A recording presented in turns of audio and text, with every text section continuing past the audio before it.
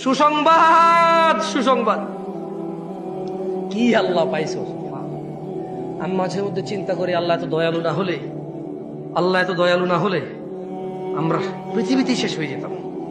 আল্লাহ তাআলা কোরআনে বলছেন, মনোযোগ দিয়ে শোনেন, ইল্লা মান তাব, ও চোরের দলেরা, ও জানাখোররা, ও নেশাগ্রস্তরা, ও অত্যাচারীরা, ও জালেমরা, ও ইসলাম বিদ্বেষীরা, ও আল্লাহদ্রোহীরা, ইল্লা মান তাব, সুযোগ, সুযোগ, মহা সুযোগ, অফার, অফার, বিশাল অফার। ওহো, কি ঘোষণা আল্লাহ!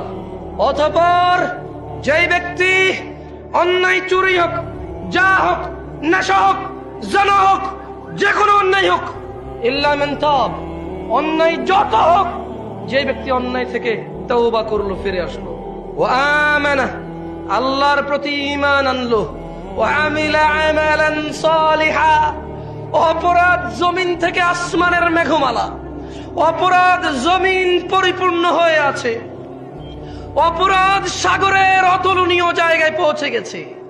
আল্লাহ বলছে, খালি ফিরে আয় রে, তোর অপরাধ কতটুকু অপরাধ তোর, ফিরে আয়, মাপ চা, ঈমান আন, ভালো কাজ কর। তোর বয়স তো 70 হয়ে গেছে, 35 হয়ে গেছে, 40 হয়ে গেছে, ডেলি একটা মেয়ের সাথে শুয়েছি, ডেলি 2 লিটার মদ খাইছি, আল্লাহ ফিরে আসলে হবে?